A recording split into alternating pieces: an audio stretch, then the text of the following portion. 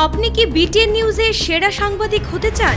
তাহলে পাঠিয়ে দিন আপনার এলাকার দুর্নীতির ভিডিও সহ সম্পূর্ণ তথ্য। আপনার নাম, ছবি সহ আমরা এই সংবাদ পরিবেশন করব। আপনার সংগ্রহীত সংবাদ 9435172456 অথবা 9435073499 হোয়াটসঅ্যাপ নম্বরে পাঠিয়ে দিন। আপনার নাম প্রকাশে অনিচ্ছুক থাকলে সংবাদ প্রেরণের সময় তার উল্লেখ করুন। আপনার নাম ও ঠিকানা সম্পূর্ণ গোপন রাখা হবে।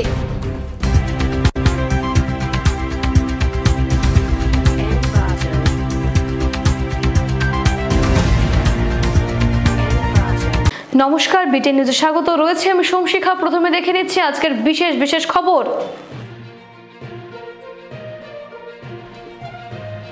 শিলচর লোকসভা কেন্দ্রে 2.5 লক্ষ ভোটের ব্যবধানে বিজেপি প্রার্থীর জয় নিশ্চিত দাবি হিমন্তের। মর্যাদাপূর্ণ শিলচর আসনে সেরা প্রার্থী পরিমল শুক্লবৈদ্য বললেন মুখ্যমন্ত্রী। 1.5 লক্ষ ভোটের ব্যবধানে করিমগঞ্জে জয় হবে বিজেপির কর্মী সভায় দাবি আত্মবিশ্বাসী মুখ্যমন্ত্রী। এবার 14-13টি আসনে জয়ে দৌড়ে নেমেছে বিজেপি বললেন হিমন্ত বিশ্ব শর্মা।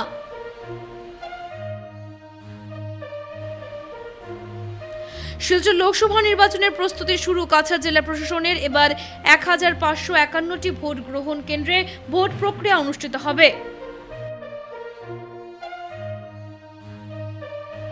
তারাপুর 7ম ও 8ম খণ্ডের বিপর্যস্ত জল নিষ্কাশন ব্যবস্থার সুরাহায় নাগরিক সভা, জনতার ক্ষোভ।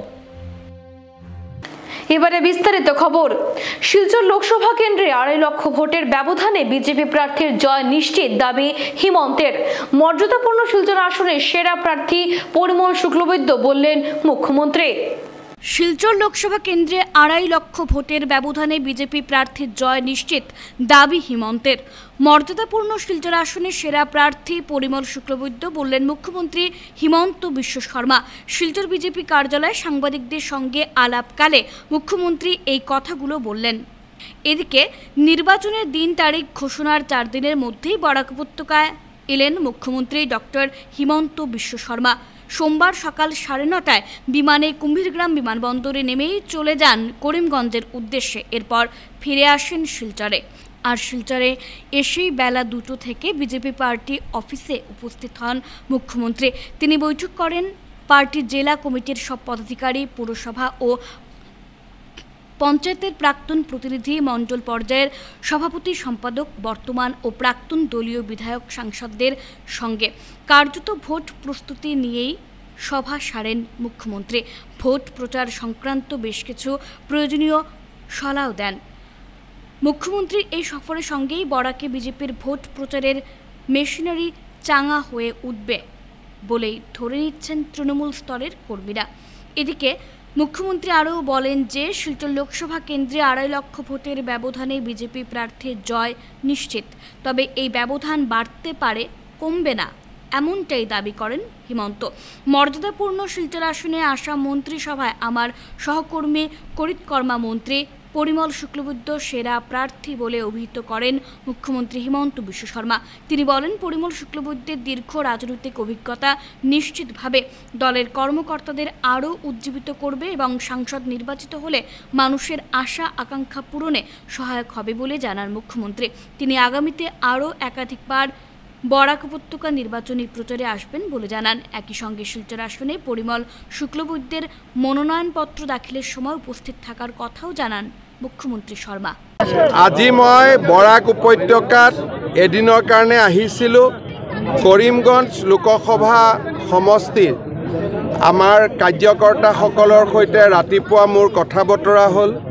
এতিয়া গধূলি আমাৰ শিলচৰ লোকসভা সমষ্টিৰ প্ৰাৰ্থীসকলৰ সৈতে কথা বতৰা হ'ল, কাৰ্যকৰ্তাসকলৰ সৈতে কথা বতৰা হ'ল আৰু মোটামুটি একটা ইলেকশ্যন ষ্ট্ৰেটেজি যি ৰকম কৰা হয় আমি অলপ কথা বতৰা পাতিলোঁ সকলোৱে।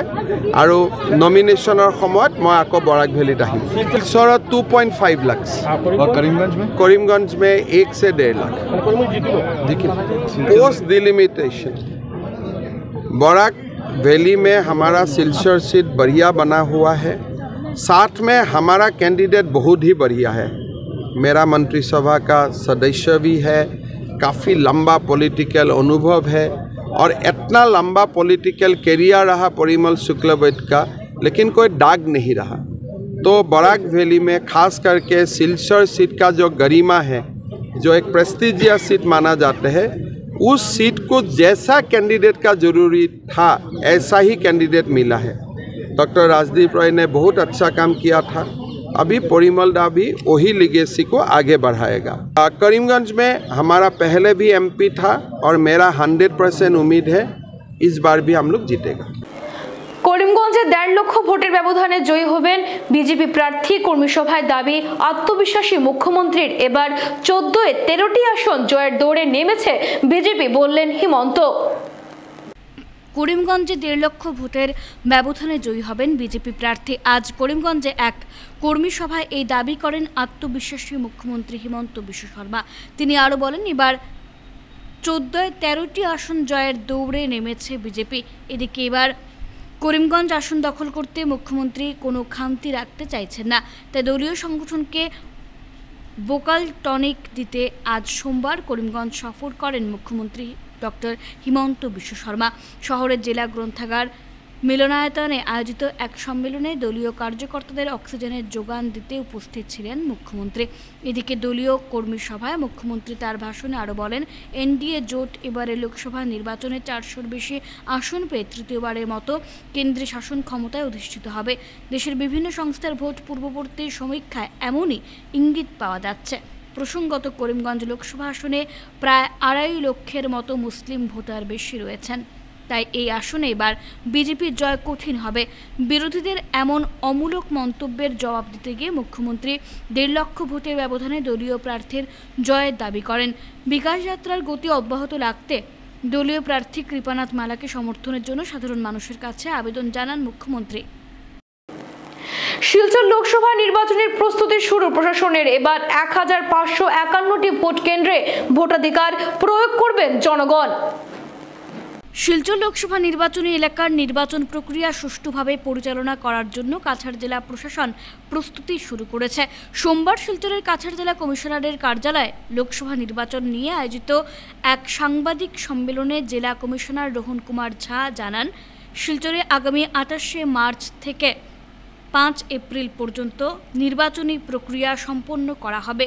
শিলচরে 1551টি ভোট কেন্দ্র ভোটাররা তাদের ভোটাধিকার প্রয়োগ করবেন।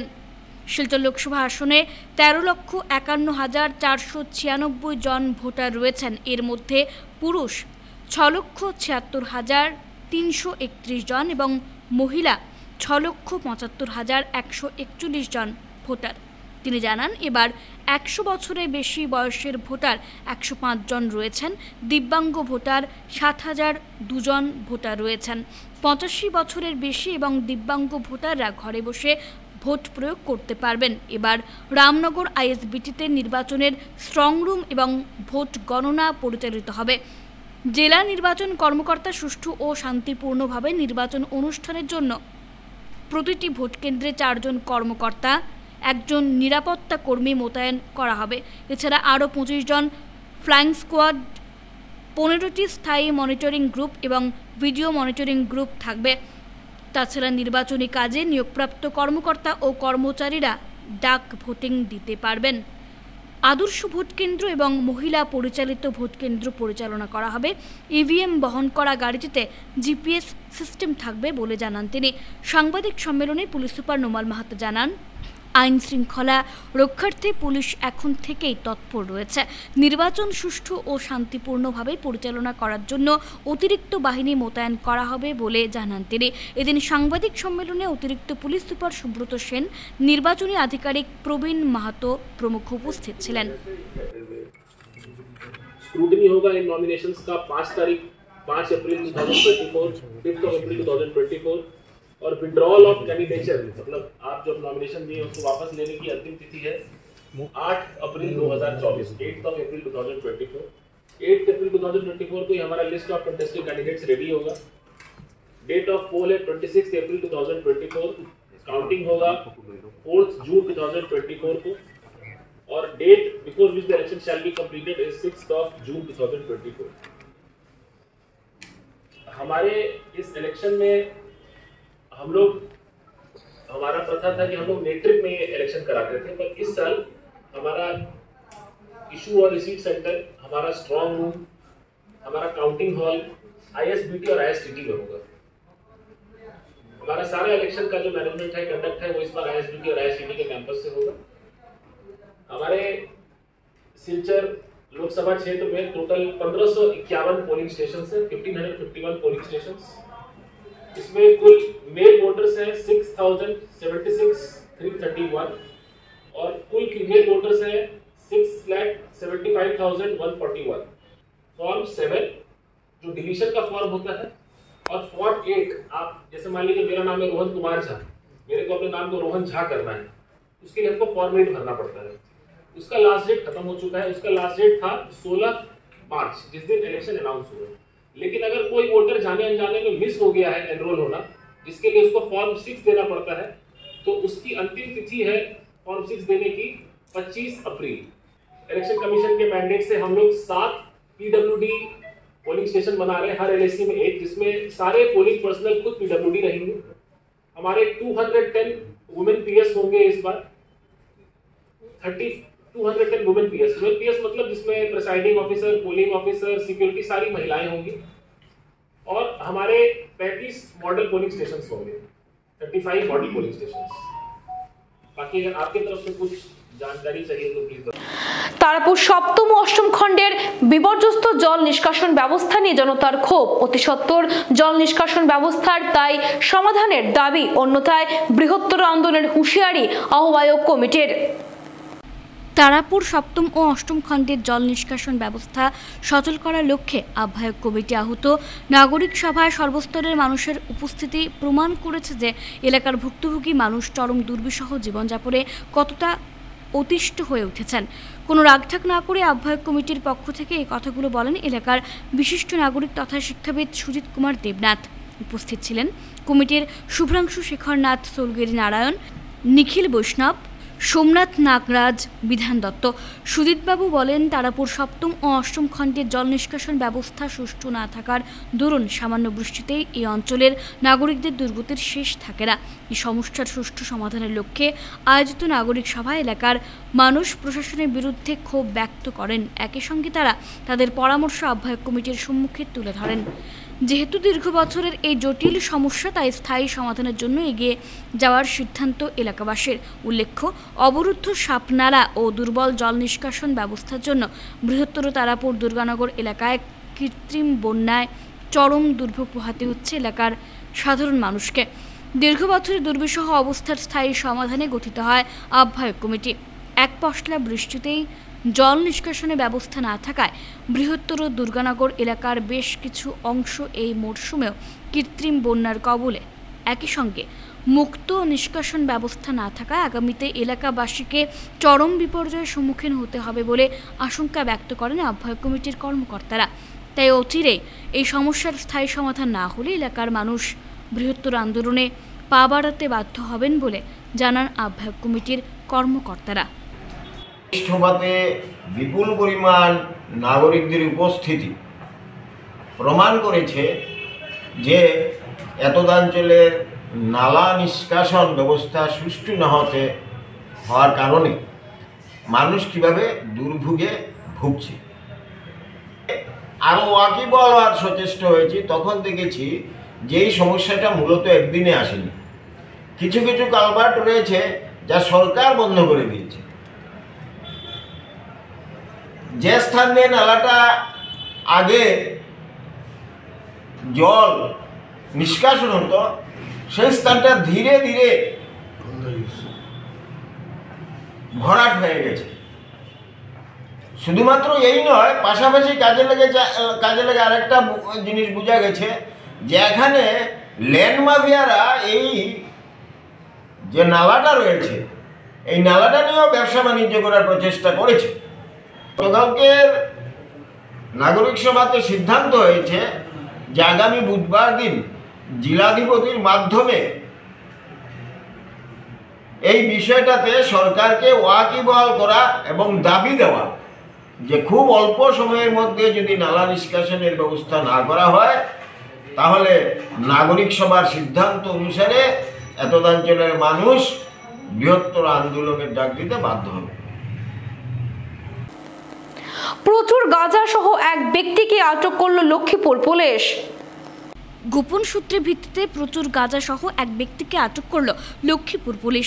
লক্ষ্মীপুর থানার অন্তর্গত দিলখুশ ঘাট এলাকা থেকে তাকে আটক করা হয়।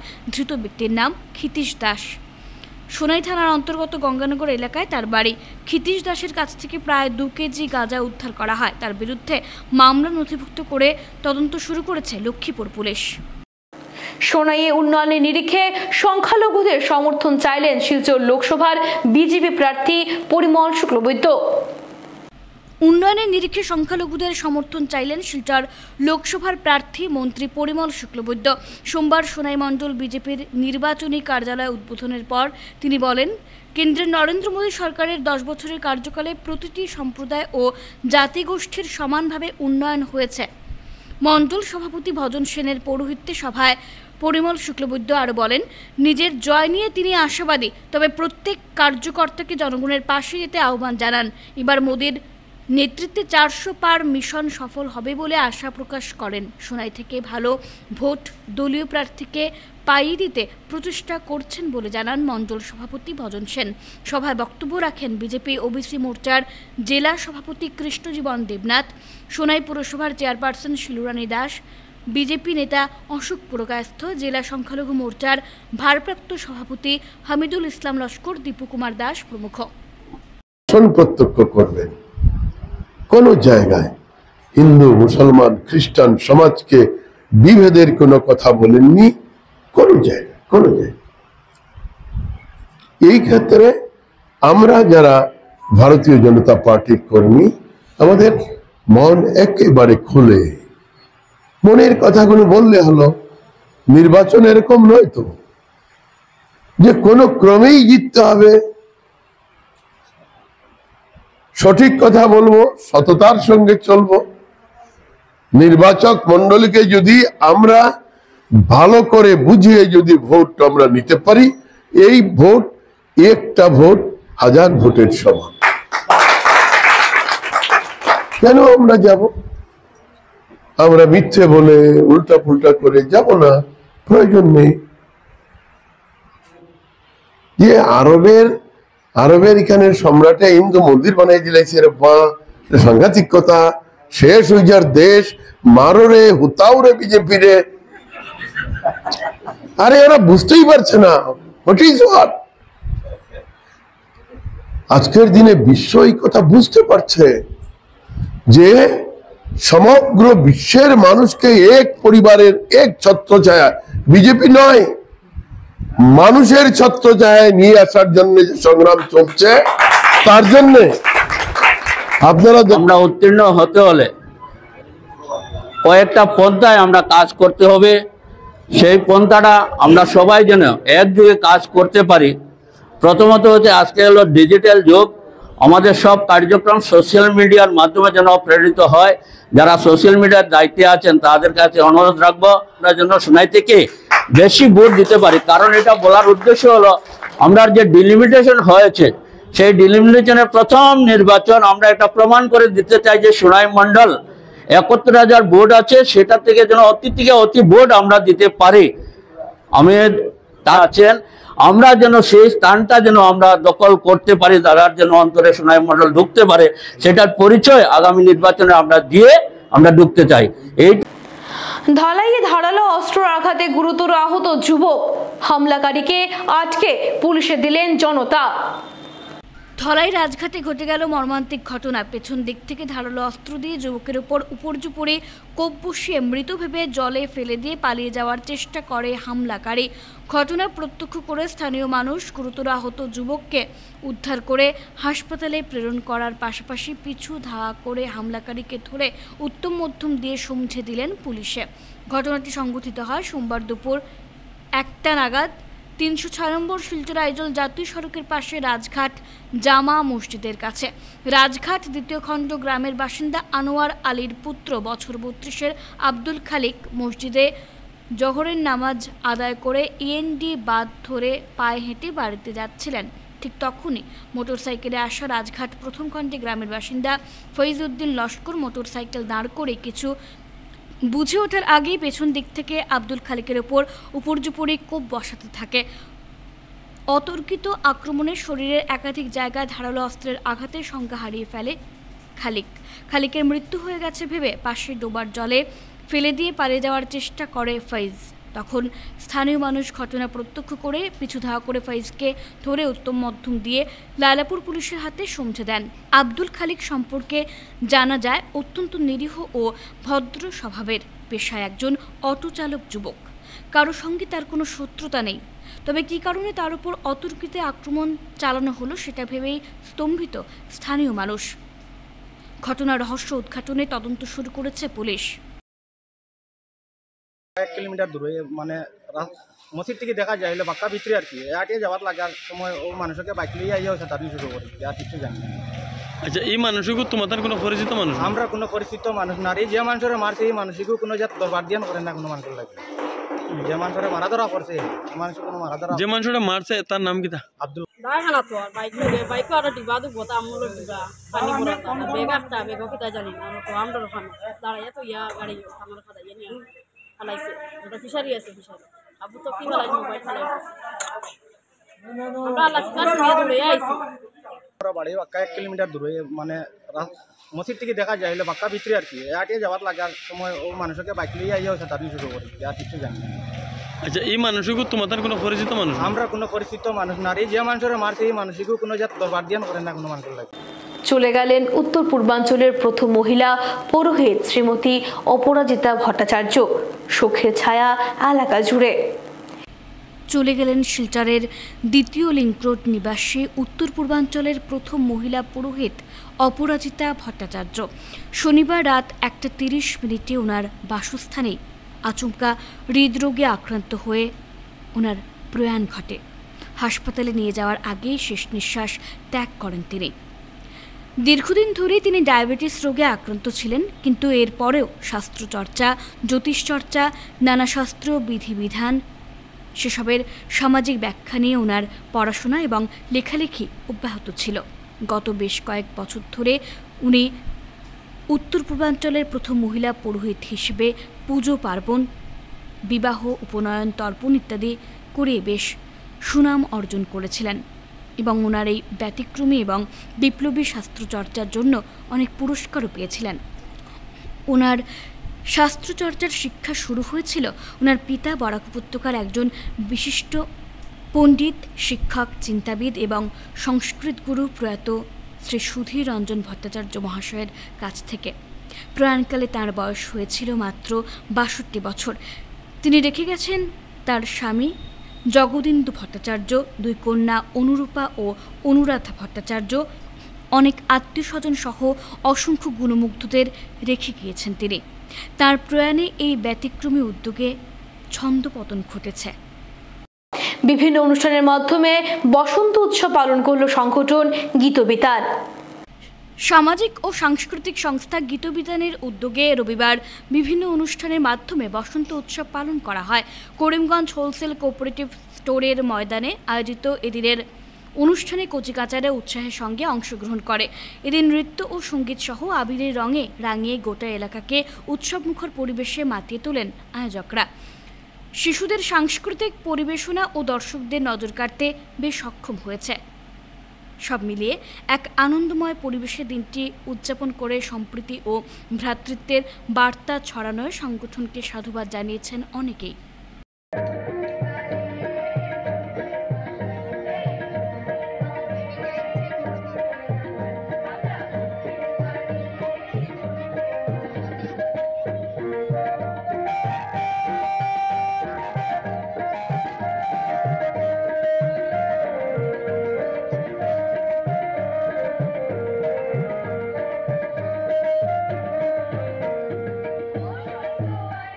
রমজান মাসে ইসলাম ধর্মাবলম্বীদের প্রতিদিন ইফতার করানোর নতুন প্রচেষ্টা হাতে নিল সংগঠন খোঁজ।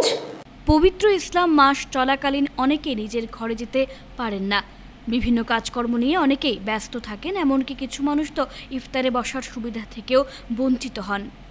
এসব বিভিন্ন কথা মাথায় রেখে সামাজিক সাংস্কৃতিক ও ক্রীড়া সংগঠন খোঁজ এবছর থেকে রমজান মাসের প্রতিদিন ইসলাম ধর্মাবলম্বীদের ইফতার করানোর মহৎ প্রচেষ্টা হাতে নিয়েছে। প্রথমবারের মতো আয়োজিত সংস্থার এই প্রয়াসে রমজান মাসের প্রথম দিকে 50 থেকে 60 টন ইফতার করেছেন। শিলচরের মসদ্দের আলী সুপার মার্কেটে সবাইকে সম্মানের সাথে বসিয়ে ইফতার করাচ্ছেন সংগঠন খোঁজের কর্মকর্তারা। খাবার যাবতীয় সামগ্রী সহ পানীয় জল, ফলমূল, ঠান্ডা শরবত ইত্যাদি দিয়ে ইফতার ভোজের আয়োজন শুরু করেছেন সংস্থার কর্মকর্তারা। খোঁজের এই মহৎ প্রয়াসকে সাধুবাদ জানিয়েছেন অনেকেই। খোঁজ শিলচর সামাজিক ক্রীড়া সাংস্কৃতিক সংস্থার পক্ষ থেকে প্রতিদিন রমজান মাস উপলক্ষে আমরা ইফতারের ব্যবস্থা করেছি। ধনী গরিব একসাথে বসে ইফতার করার আনন্দটাই আলাদা। এর জন্য খোঁজের সদস্যরা একত্রিতভাবে হয়ে এই ইফতার আয়োজন করেছেন। এই ইফতারটা Mosaddar Ali super market, new market এলাকাতে প্রতিদিন সন্ধ্যার সময় এই ইফতারটা করানো হচ্ছে।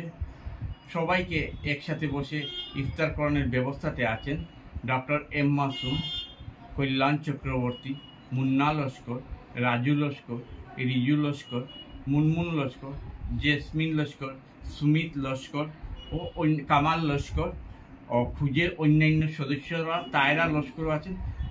সবাই মিলিত হয়ে আমরা এই ইফতারটা করাচ্ছি। আগামীতে আমরা আরও ভালো সার্ভিস দেওয়ার জন্য খাওয়া দাওয়ার প্রতি নজর রাখছি এবং আশা করি ইনশাআল্লাহ আগামীতে আমরা আরো ভালো সার্ভিস দেব। শেষ করার আগে বিশেষ খবর আরো একবার। শিলচর লোকসভা কেন্দ্রে 2.5 লক্ষ ভোটের ব্যবধানে বিজেপি প্রার্থীর জয় নিশ্চিত দাবি হিমন্তের। মর্যাদাপূর্ণ শিলচর আসনে সেরা প্রার্থী পরিমল শুক্লবৈদ্য বললেন মুখ্যমন্ত্রী। 1.5 লক্ষ ভোটের ব্যবধানে করিমগঞ্জে জয় হবে বিজেপির কর্মী সভায় দাবি আত্মবিশ্বাসী মুখ্যমন্ত্রী। এবার 14-13টি আসনে জয়ে দৌড়ে নেমেছে বিজেপি বললেন হিমন্ত বিশ্ব শর্মা।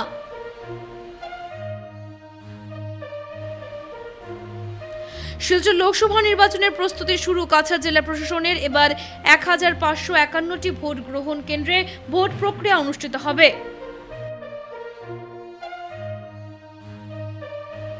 তারাপুর 7ম ও 8ম খণ্ডের বিপর্যস্ত জল নিষ্কাশন ব্যবস্থার সুরাহায় নাগরিক সভা, জনতার ক্ষোভ।